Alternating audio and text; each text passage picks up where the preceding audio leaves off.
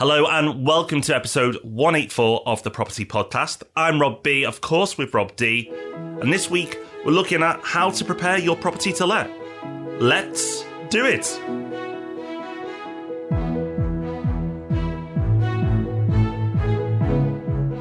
Oh, I hope we're not starting as we mean to go on there, Rob. It's a cheesy pun in the first 20 seconds. Yeah, we're talking about how to get your property ready. So last week we talked about how to actually get it bought. Now we're talking about how to get it let. So that is our main topic this week. We've also got a sneaky little resource of the week. I do like those ones. But we're going to start, Rob, with a news story about a new housing minister who seems to be singing from a slightly different hymn sheet. What? Not kill, landlord, kill. Yeah. Well, yes. We've got a housing minister that seems a little bit more balanced, which is great news. First of all, actually, having a housing minister that seems to have a voice is interesting because the last few housing ministers, can anyone name them since Grant Shapps? I can't. So it's great that this one seems to be making some ruffles, making himself known. And he's already, after his first speech, had a bit to say. Yeah, broadly, Gavin Barwell, we should say his name is. Let's see if we can still name him in a couple of years. The main thrust of his speech was that they, rather than focusing on just making sure that more properties get built to sell, he just wants to make sure that properties get built full stop, whether that's for sale, to let, or whatever. He's recognised that there is just not enough supply, and it doesn't matter as much as had previously been considered whether those properties are starter homes for people to buy or if it's rental accommodation to go into, because he's quite correctly identified that there is just not enough supply full stop. And what they were doing before was kind of ignoring the rental sector, seeing that as second class, and that they really wanted to get people owning homes.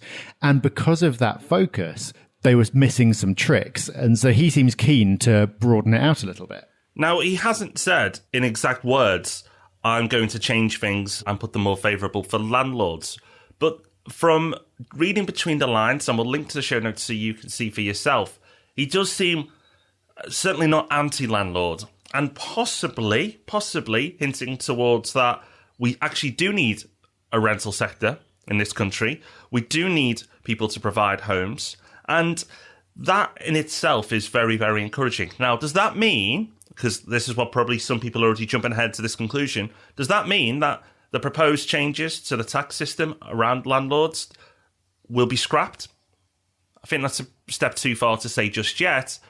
But if you asked me today and you asked me a few weeks ago, I've got a smidgen more hope now than I did. The autumn statement could be interesting. It could be absolute borefest, but I think it could be interesting.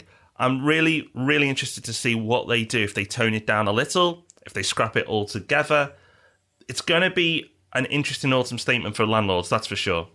Yeah, there's been such a lack of political will to do anything about housing for such a long time. It's been recognised as a huge challenge for ages and ages and ages. But really, everyone sort of comes in and makes some big statements and throws some big numbers around, but then nothing really seems to happen. So it'll be very interesting to see if this new administration is prepared to do something a little bit different and really take the bull by the horns and make things changes, or if we'll just be 4 years in the future talking about the exact same thing. We will find out in due course. We will. So let's jump right into our main topic. So last week we looked at buying a property, every step through till completion, and there was quite a few steps. Now you've got your buy-to-let. Fantastic, well done, congratulations, especially if it's your first one. I don't know who I'm talking to.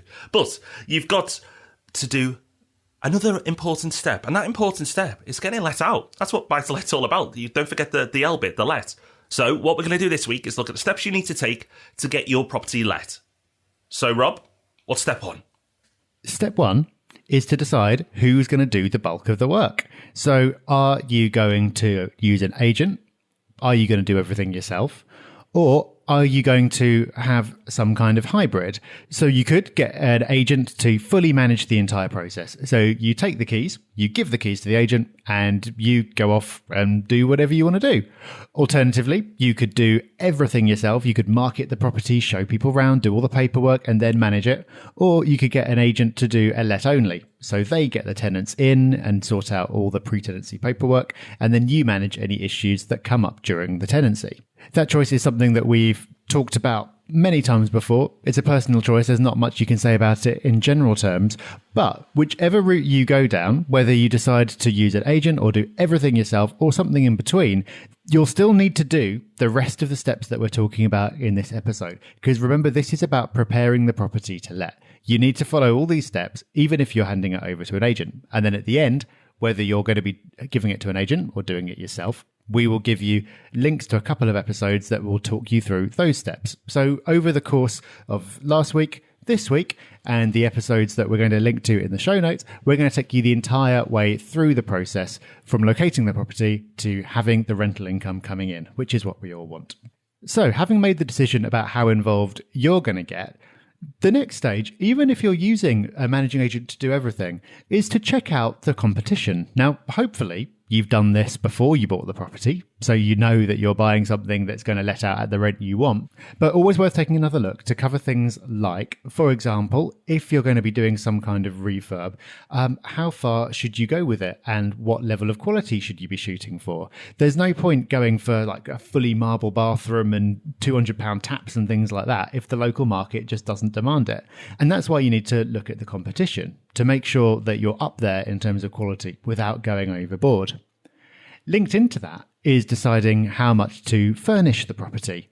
So in an ideal world, you probably wouldn't put in any kind of furnishings whatsoever, not even white goods, nothing, because the more that you have to supply, the more that there is that can go wrong that you'll have to sort out. Now, in some markets, you can get away with that. In others, you can't. In the majority of markets, you need to supply white goods and maybe blinds or curtains, and that's it. In some areas, for some types of property, it might be more suitable for you to provide absolutely everything. You'll need to check because it's going to have an impact on how quickly your property lets. If you're in an area and you have the property type where everyone wants a property furnished and yours is unfurnished and you're not willing to compromise, it will take longer to let whoever is in charge of doing that. And also, as part of that process, you can form your own opinion on what the rental income should be. Your agent, if you're using one, should have an opinion, but you should as well, just to make sure they're not way off base. Now, there's going to be people taking an interest in your property. No, not nosy neighbours, but the council. And you need to inform them. You'll also need to inform the utilities companies as well that you're the owner. So for council tax and obviously gas and electric, if you've got gas in a property, you need to let them know because there will be bills to be paid. So make sure you do that. It's not just something that happens and they're going to knock at your door and sort it all out for you. You have to make that happen yourself. So make sure you take that step. Yeah, take those opening readings. And if you've never rented property before, you'd be astonished at how efficient councils can be when they want to. When it comes to council tax, they will have that bill on your doormat. Want them to do anything else? Not so much.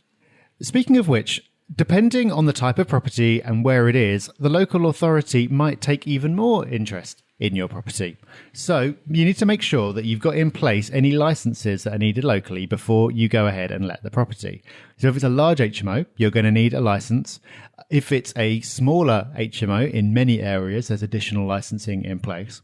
And in some lucky parts of the country, there's blanket licensing. Well, they call it selective licensing, but it's actually pretty much blanket, meaning that if you've got any kind of rental property, you're going to need a license for that. These are all things that you need to get in place before you do anything else.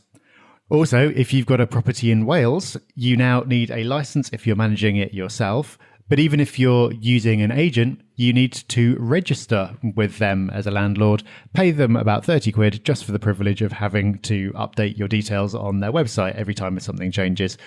Not a lot of fun. It seems like there's more and more coming in all the time. Councils do like these schemes. But remember, whether you like it or not, it's your responsibility to make sure that you get these things done. You don't want to be in breach of anything. It could affect your ability to evict if you don't have the things that you're supposed to have. Ignorance is no excuse. So it's worth, before you go any further, just doing a bit of Googling, checking out what the local council says, and making sure that you get all those boxes ticked. Next up, get your certificates. No, not as exciting as it sounds, sorry. You need to make sure you've got your gas safety certificate if you have gas in your property. Same applies to electric. And a new one on the block that not that many people know about, Legionella. Don't ask, you just need to get it done and your property checked. So make sure you get your certificates sorted and arranged. The next thing you need to do is just check for minor issues. You might not think something's a problem. You're looking for big holes in the wall and problems that to refurb or sort out possibly. But actually, it's the minor things that can cause just as much hassle. Because once somebody's living in a property, that squeaky door or that kitchen cabinet that doesn't open properly becomes very annoying for that tenant, or certainly can be. So those little things can actually add up to be problems in the future and an unhappy tenant, especially if you don't take time to get it sorted quickly. So go through your property carefully and make sure that everything is spick and span and to a reasonable, detail level, that there's no issues. If there's a dripping tap and you think, I wouldn't want to listen to that all night, drip, see, get the point? Fix that as well. Get it all sorted, because once your tenant moves in, getting these things sorted and arranged while a tenant's living there can sometimes be a challenge. So get it done. Right, you've gone through all these bits and pieces. Rob mentioned at the beginning that whether you let it yourself or get it managed, that you will have to do these things. A good lettings company, though, will help you with this, guide you, maybe even arrange some of it. A bad lettings agent won't tell you any of it and just hope that you get it sorted. But a letting agent can help. But the next stage, you need to hand it over to that letting agent for them to start marketing, or you need to market it yourself. It's a pretty big subject. Now, if you are going to get your property let yourself, then we've got a podcast for you. Of course, we will link to it in the show notes, and that's how to let your property fast, which is useful if you are letting the property yourself, obviously. But even if you're getting managed, you can learn from that to make sure your letting agent is following those steps. But also, if you are having your property managed, the podcast on how to get the best from your letting agent, of course, is going to be useful as well. So we'll link to all of those in the show notes, which at this week you can find at thepropertyhub.net/prepare to let. Prepare to let. Right. Okay. Hopefully you found that useful. Yeah, so a bit of a bridge this episode. Not glamorous. None of this stuff is the kind of things that is going to get the pulse racing, but all needs to be done to make sure that you're setting yourself up for success. Make sure you're getting the best result you can, and to make sure that there's nothing that you're forgetting to do that comes back and bites you later.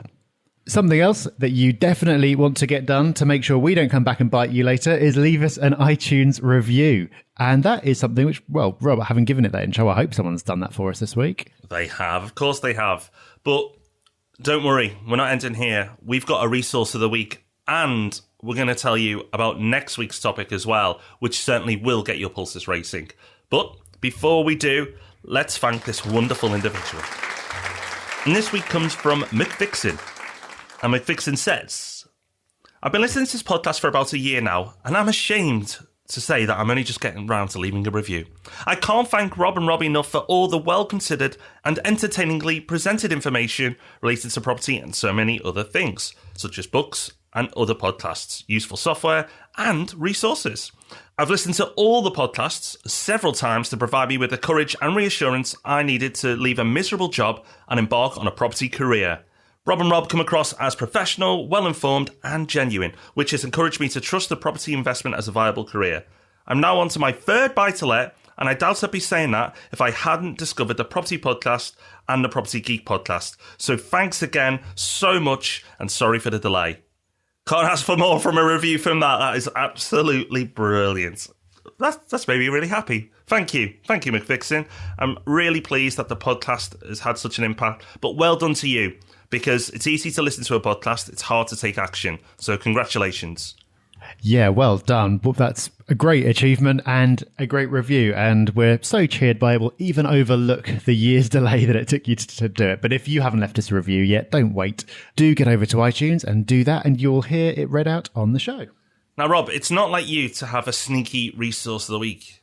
I think you're a part-time snooper, aren't you? I think I am a bit. If this property malarkey doesn't work out, I'll go and be a private investigator or something. It's I do like these. This one is a very handy and yet sneaky one. It's called Email Hunter, which basically tells you exactly what it does. And we'll link to it in the show notes. So it's an add-on for Chrome. We do like our Chrome add-ons as well. Browser of choice here at the Property Podcast. It's an add-on for Chrome that finds people's email addresses, as the name hints. So there are two really good ways that you can use this. One is if you go onto any website with it installed, you just hit the button and it locates every email address that's published on that site. So if, for example, you're on the site of a company and you want to know the addresses of everyone at that company, or if you want to find the support address but they keep it hidden, hit the button and everything gets surfaced for you. Another way, my favorite way of using it, is on LinkedIn. So when you're on LinkedIn, it gives you an extra button. So when you click this button, it goes away and it sees if it can find that person's email address for the profile that you're looking at. So if someone doesn't have their email address in their profile, it means you don't necessarily have to send them a message through LinkedIn, which a lot of people don't read. You can actually find their email address and send it directly to them. So this tool was designed for salespeople and people doing outreach, but there are always times it comes in useful. If you're just trying to do a bit of networking, you want to get hold of someone, but you're not sure how, this could be your answer. Before we talk about next week's podcast, which is going to be very popular, very, very popular, I feel, just wanted to say a massive thank you. After the Brexit webinars, lots of people emailed, but throughout the week following it, so many people emailed just lovely things to say thank you and how much they appreciated it and how much it was different to all normal webinars that they go on where they upsold expensive things. Obviously, there was none of that. It was all education. So thank you to those people. I do read them. Obviously, I reply as well to say thank you for your thanks. But it's just really nice. I just wanted to acknowledge it on the podcast. And, of course, those webinars we will continue to do quarterly for all our magazine subscribers. So if you've not signed up to the magazine already, you should do because it's blooming awesome. But if that wasn't a brilliant value already, because the magazine is top-notch, I can assure you, a £5 a copy, delivered.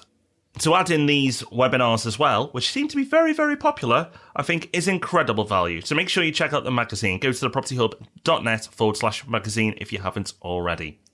Okay, we've built it up. Next week, Rob, it's a biggie. We've got the personal finance juggernaut that is Pete Matthew.